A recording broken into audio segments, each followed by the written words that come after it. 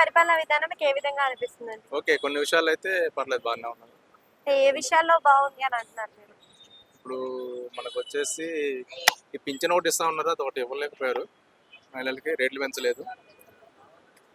కొన్ని విషయాలు అయితే పర్లేదు బాగానే ఉంది రేవంత్ రెడ్డి గారు. అంటే ఇప్పుడు ఇచ్చిన పథకాలలో ఎన్ని ఉపయోగకరమైన పథకాలు ఉన్నాయి? అసలు అవి ఇప్పుడు ఎట్లా గ్యాస్ అయితే ఉపయోగపడతాయి? మనకి ఇస్తున్నారు కదా. ఉమ్, గ్యాస్ ఇస్తున్నారు, కరెంట్ ఒకటి. ఉమ్, కాకపోతే ఇప్పుడు ఇందిరమ్మ గురించి మన ఎంక్వైరీకి వచ్చారు. ఉమ్. అవి కొన్ని అవ్వచ్చు. అంటే ఇప్పుడు గ్యాస్ అని అంటున్నారు కానీ గ్యాస్ అందరికి అందలేదు కదా మరి చాలా వరకు. కొంతమందికి అందలేదు, కొంతమందికి అయినాయి. కరెంట్ కూడా అంతే, కొంతమందికి అయినాయి, కొంతమందికి కాదు. కేసీఆర్ పరిపాలనలో డెవలప్మెంట్ అనేది చాలా ఎక్కువగా ఉంది. మరి ఇప్పుడున్న పరిపాలనలో డెవలప్మెంట్ అయ్యే అవకాశం ఉందంటారా లేదంటారా? ఉండొచ్చు, ఉంటుంది, ఉంటుంది. విద్య పైన వైద్యం పైన ఇప్పుడున్న ప్రభుత్వం ఏ మేరకు చర్యలు తీసుకుంటుంది అనుకుంటున్నారు? అంతగా ఏం కనిపించలేదు ఇంకా.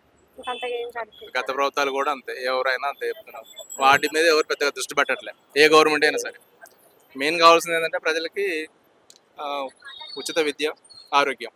ఉచిత బస్సు వల్ల ఉపయోగం ఉందంటారా లేదంటారా? ఒక మాట. ఇంకా అనవసరం, వేస్ట్ అయ్యి ఏ గవర్నమెంట్ ఇచ్చినా వేస్ట్. ఇద్దరిలో అసలు ఎవరు బెస్ట్ పరిపాలన అందించారు అనుకుంటున్నారు? కేసీఆర్ రేవంత్ రెడ్డి? అది 50-50. కొన్ని విషయాలు ఆయన ఓకే, కొన్ని విషయాలు ఈయన ఓకే.